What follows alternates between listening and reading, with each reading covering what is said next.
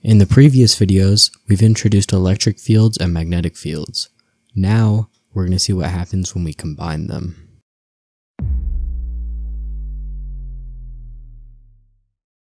So far, we've seen four equations that pretty much tell us everything about electric and magnetic fields.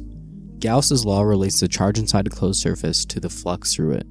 Gauss's law for magnetism tells us that we can't have a magnetic monopole.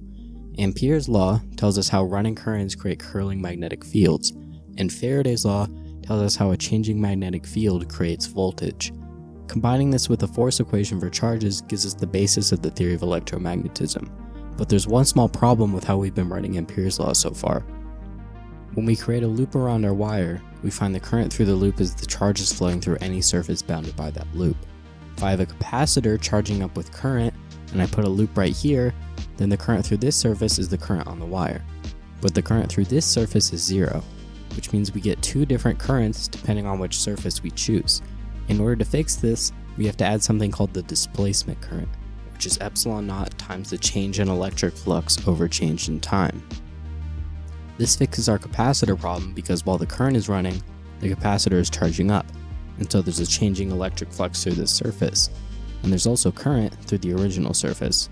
And that revision gives us the final set of equations called Maxwell's equations. There's another consequence of this addition to Ampere's law. So let's say we have a vertical wire running some alternating current. Because of Ampere's law, this current creates a curling magnetic field.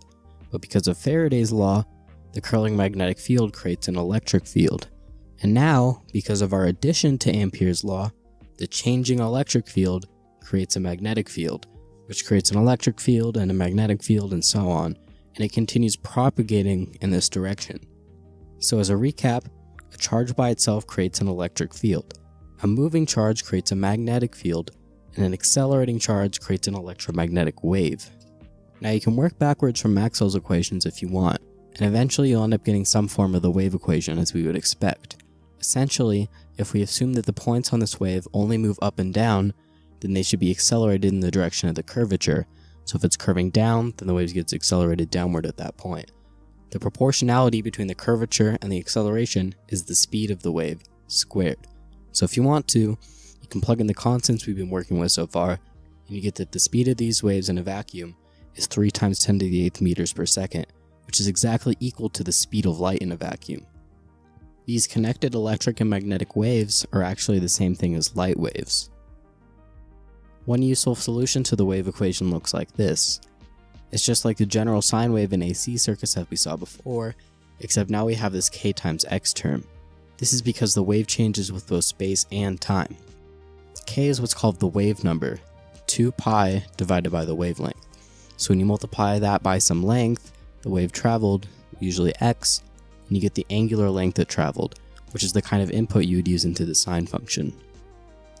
Some other useful things about this wave are the linear frequency, f, which tells you how many full cycles it goes through in a second, which you can convert to from angular frequency by multiplying by 2 pi, and also the speed of the wave, which can be written as the wavelength times the number of wavelengths that occur per second, or the wavelength times the frequency.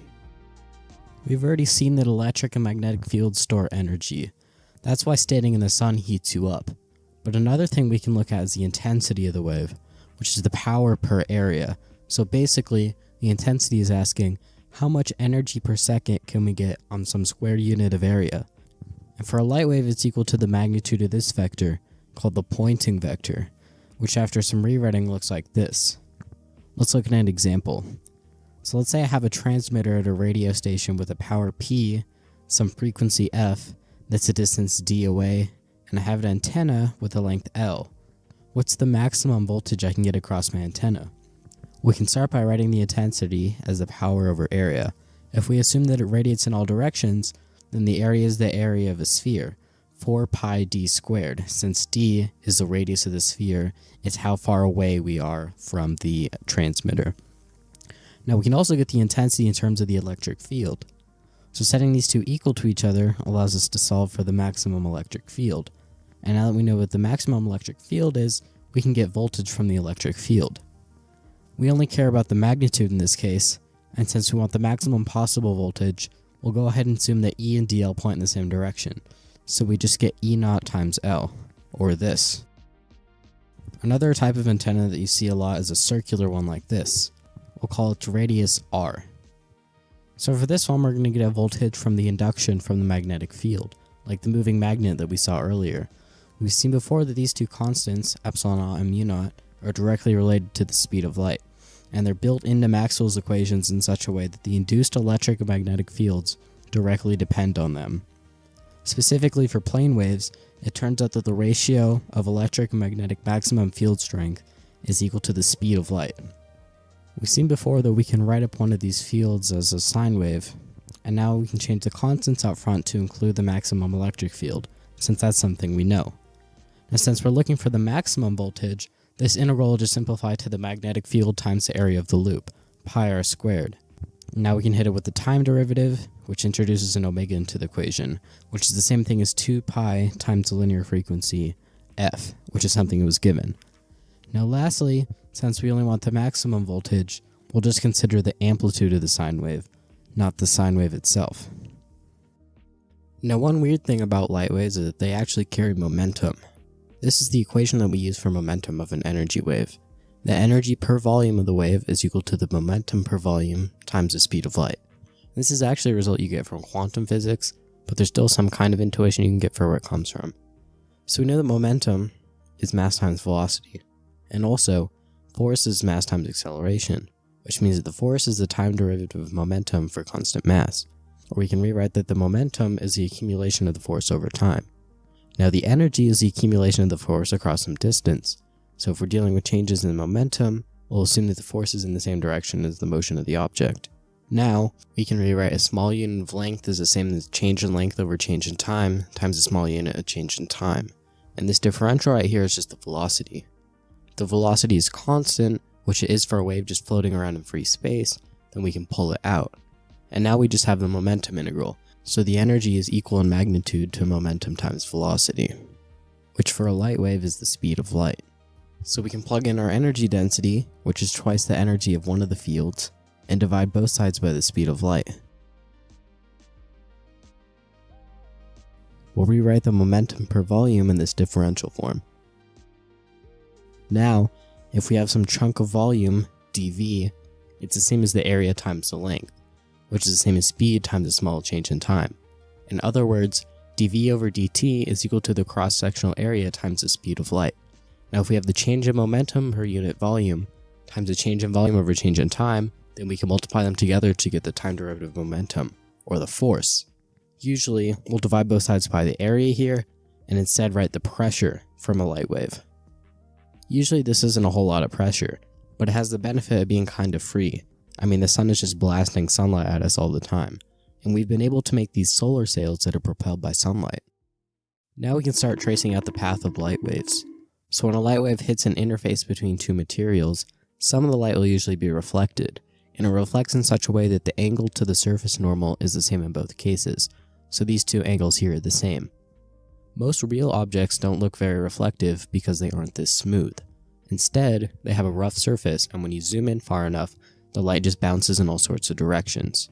Now one application of this is that if you get a reflective corner material, like this, then the reflected light is always going to come out at the same angle as it came in at, which is pretty helpful if you want to send light waves back and forth. When we went to the moon, we put some corner reflectors on it, and now we can use those along with the speed of light to determine things like how quickly the moon is drifting away from us. In addition to reflecting, some light is going to refract, or go through the surface. Since light's no longer traveling in a vacuum, these two constants might change in the material, which will change the speed of light. So we defined a quantity called the index of refraction, which is the ratio of the speed of light in a vacuum to the speed of light in this new material. So when light enters a new medium, it bends according to Snell's law. The original index of refraction times the sine of the incoming angle is equal to the second index of refraction times the sine of the outgoing angle. In a real material, some of the light is going to reflect and some of it's going to refract. We can figure out the angles with the two laws that we just saw. But there's a problem with this. The larger I make my incoming angle, the larger the outgoing angle.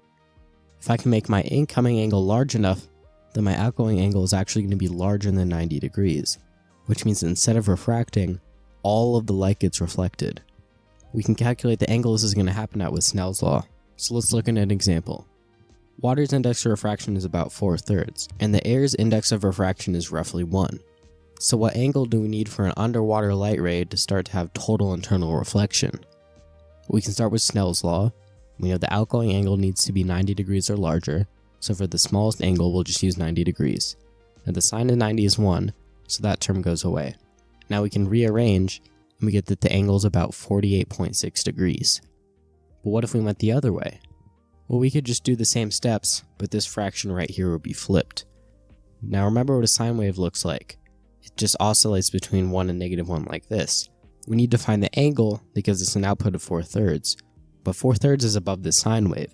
In other words, there's no angle that's going to make that happen, which means that there's no angle that's going to give us total reflection from air to water. And in general, total internal reflection only works when you're going from a material of higher index to lower index of refraction. Now in some cases, even when you're tracing out the path, you still have to worry about the wave properties of light. And one useful property is interference. When two waves meet up in the same location, they add together. So if their peaks and valleys match up, or they're in phase, then the resultant wave is larger. And this is called constructive interference. But if they don't match up, then the resultant wave is smaller. This is called destructive interference. One place this shows up in is double slit experiments. So if you have a source area emitting light through these two slits, since they're coming in at the same source, we're going to assume that they start out in phase. Now the difference between the lengths of the two paths will tell us if they're in phase or not. Specifically, if the path difference is an integer multiple of the wavelength, then they'll add constructively because the peaks and valleys will still match. But if it's a half multiple of the wavelength, then they'll add destructively. What you'll see on a detector is certain bright spots where the waves add constructively because of the path length differences. Another useful application is X-ray diffraction. So if you have some kind of material that has a grid-like or lattice structure, and we shine some kind of light waves into the lattice, if we assume that the light waves reflect like this, then the path length difference is equal to the length of these two segments, or the distance between atoms times the sine of angle 1 plus the distance between the atoms times the sine of angle 2. If we know the wavelength of the light, and we send in the light at some specific angles, we can determine how far apart the atoms are on the lattice.